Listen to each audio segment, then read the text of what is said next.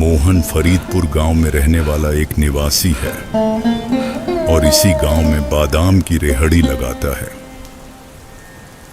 क्या रे मोहन, इतनी देर कर दी? आज छोटे बाबू ने कहा था ना हमें इस क्लब में पहरा देना है। आजा आजा, बैठ इधर, हमारे साथ चाचा भी पहरा दे रहे हैं। हाँ हाँ, बैठता हूँ जगन। बाहर तेज बारिश हो रही थी, इसलिए देर हो गई।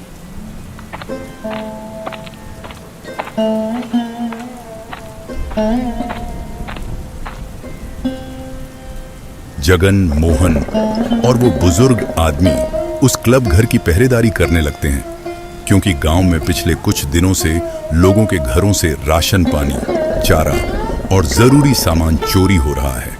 इसलिए छोटे बाबू ने इन्हें क्लब में पहरा देने के लिए रखा है। यहाँ बैठा बूढ़ा आदमी हुक्का पी रहा है और जगन मोहन आपस में बातचीत कर रहे हैं। बीच में एक लालटेन टिमटिमा रही है। क्या रे मोहन, कुछ खाने पीने को लाया है या खाली हाथ आ गया? नहीं नहीं, बहुत दमदार चीज लाया हूँ, तू देखेगा तो खुश हो जाएगा। देख, मैं देसी छाछ लाया हूँ। अरे वाह, मजा आ गया।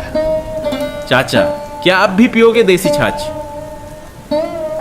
वो बूढ़ा आदमी कुछ देर तक उन्हें तीखी नजरों से घूरता है और फिर बोलता है, नहीं बेटा, तुम्हारा बहुत बहुत शुक्रिया, पर मैं ये सब नहीं पीता। ठीक है, कोई बात नहीं चाचा। मोहन, अब चल, जल्दी जल्दी निकाल। घड़ी में 12 बज चुके थे। बाहर बारिश अपने चरम पर थी और नजदीक के गिरजाघर से घंटी की आवाज आ रही थी। जगन और मोहन छाछ पी रहे होते हैं और वो बूढ़ा आदमी हुक्का पी रहा होता है। तुम लोग कहाँ से हो बेटा? क्या इसी गांव से हो?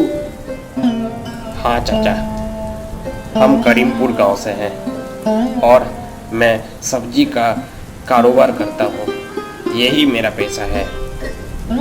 और मैं इसी गांव में बादाम की रेहड़ी लगाता हूँ।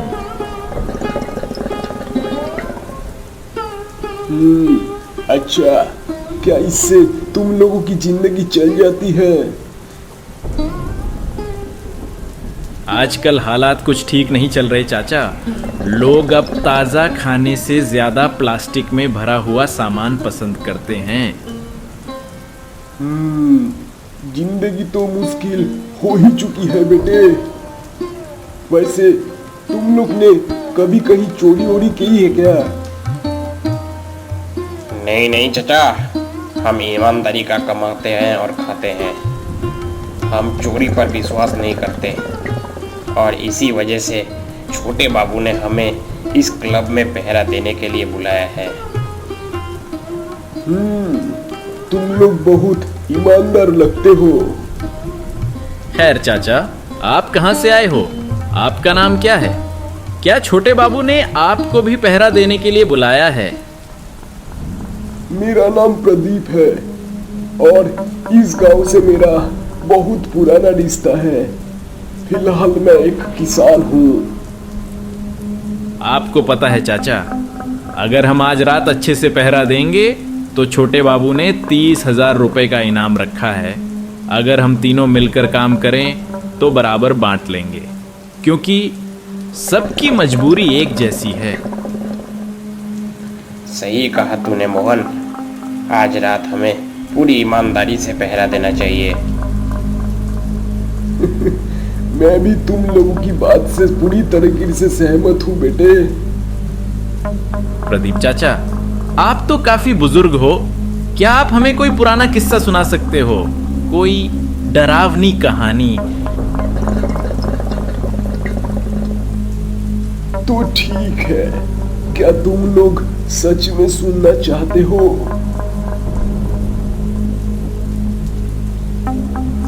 अब रात के 1 बज चुके थे।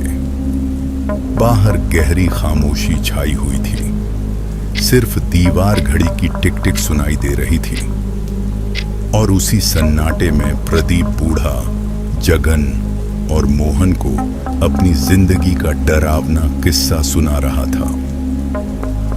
कई साल पहले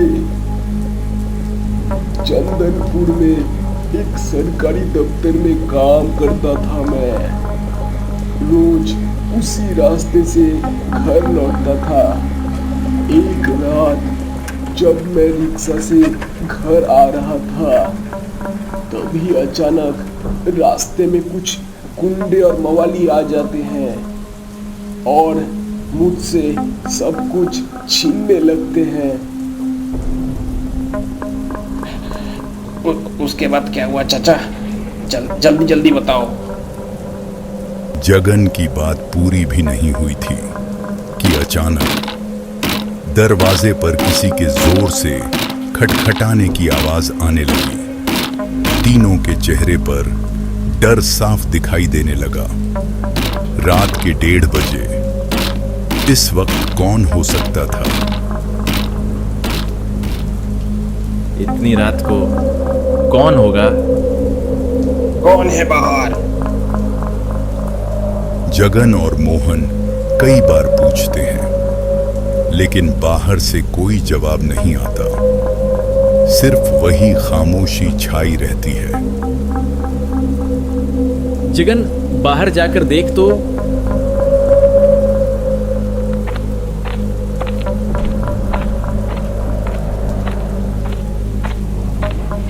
जगन दरवाजा खोलकर बाहर की ओर झांकता है, लेकिन उसे कोई दिखाई नहीं देता और वह वापस घर के अंदर आ जाता है। लेकिन अचानक फिर से दरवाजे पर खटखट की आवाज आती है। इस बार सब चौकन्ने हो जाते हैं और हाथ में लाठी उठा लेते हैं। तभी मोहन बोलता है, कौन हो सकता है काका? जो भी है बाहर, अंदर आ जा, दरवाजा खुला है। इतना कहते ही अचानक दरवाजा की आवाज के साथ खुलता है और 3 अनजान असामान्य लोग क्लब घर के अंदर घुस आते हैं। उनमें से 2 लोगों ने अपने चेहरे ढके हुए थे और बीच वाला आदमी जैसे ही अंदर आता है, एक भयानक हंसी के साथ बोलता है, हा, जिसके पास जो भी कीमती सामान है सब इस बैग में डाल दो और ये क्लब अब हमारा हुआ। ज्यादा होशियारी दिखाई तो अंजाम बहुत बुरा होगा। उस अनजान आदमी की ये धमकी सुनते ही वहां खड़े जगन, मोहन और प्रदीप बूढ़ा के होश उड़ जाते हैं। उन्हें समझ नहीं आ रहा था कि यहां आखिर चल क्या रहा है। तभी जगन गुस्से में उस अनजान आदमी से कहता है, आप लोग जो भी हो, जहाँ से भी आए हो, चले जाओ। हमारे होते हुए आप फूटी कौड़ी भी नहीं ले जा सकते यहाँ से। तेरी जुबान कुछ ज्यादा ही चल रही है। बकवास बंद कर और जो भी है सब कुछ दे दे। आप ज्यादा होशियारी मत करो। हम छोटे बाबू की कोई भी अमानत आपको नहीं देंगे। अच्छा, तो तुम लोग ऐसे नहीं मानोगे। जमील, जाकर इनकी खबर ले। तभी वो जमील नाम का आदमी चाकू निकालता है और उनकी ओर बढ़ता है। अचानक से टिमटिमाता हुआ लालटेन बुझ जाता है और तभी घर में मौजूद सब लोगों ने जो देखा उससे उनके रोंगटे खड़े हो गए। वो बूढ़ा प्रदीप चाचा अब पहले जैसा नहीं था।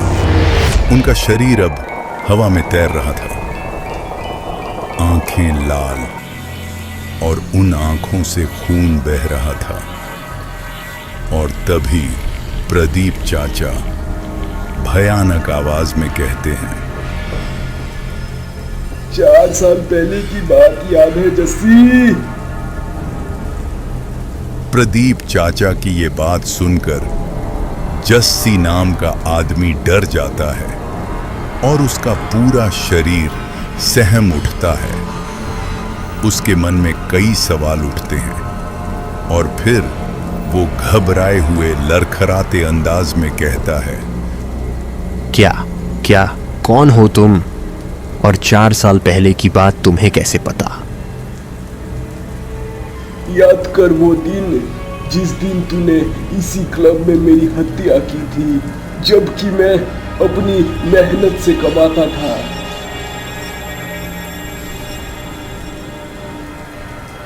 लेकिन मैंने तो उसी दिन तुझे खत्म कर दिया था और पास वाले जंगल में तेरी लाश को ठिकाने लगा दिया था। तो तू अभी मेरे सामने खड़ा कैसे है? इतना कहते ही एक रहस्यमयी शक्ति उस गुंडे के चेले जमील को झपट्टा मारकर अपने साथ ले जाती है।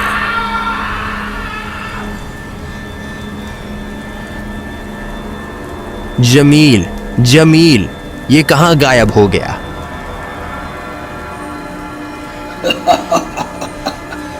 तेरा आदमी का ठिकाना लग चुका है।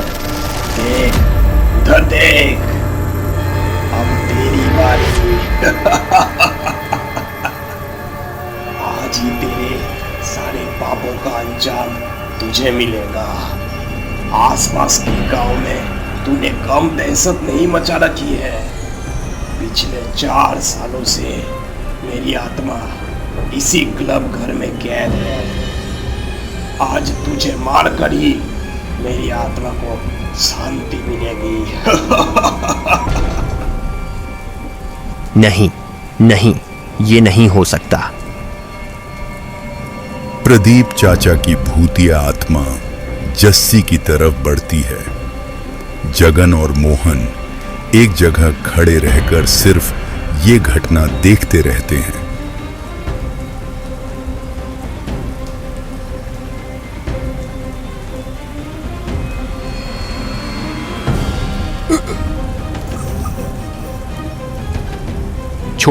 छोड़ मुझे। छोड़ दे। आज तुझे खत्म करने के बाद ही ये गांव श्राप मुक्त होगा। प्रदीप चाचा के भूत ने जस्सी को कुछ देर तक ऐसे ही टांगे रखा और कुछ ही समय में जस्सी की मौत हो जाती है और वापस फिर से लालटेन टिमटिमाने लगता है और घर में रोशनी फैलने लगती है।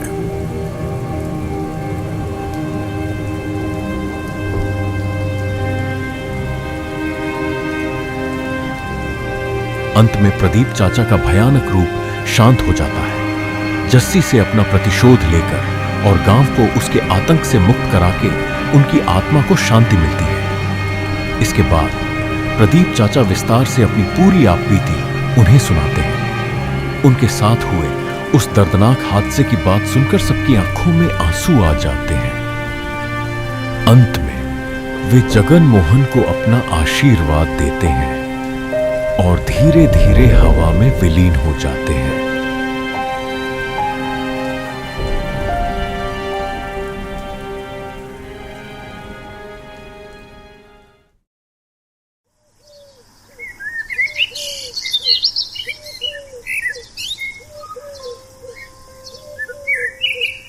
अगली सुबह जब सूरज की पहली किरण गांव की धरती पर पड़ी तो वह अपने साथ कोई नई उम्मीद नहीं बल्कि एक गहरा सन्नाटा लेकर आई थी।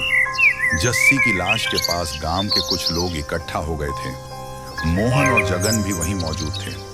जब छोटे बाबू वहां पहुंचे तो मोहन और जगन ने उन्हें किनारे ले जाकर बीती रात की एक एक बात बतानी शुरू की।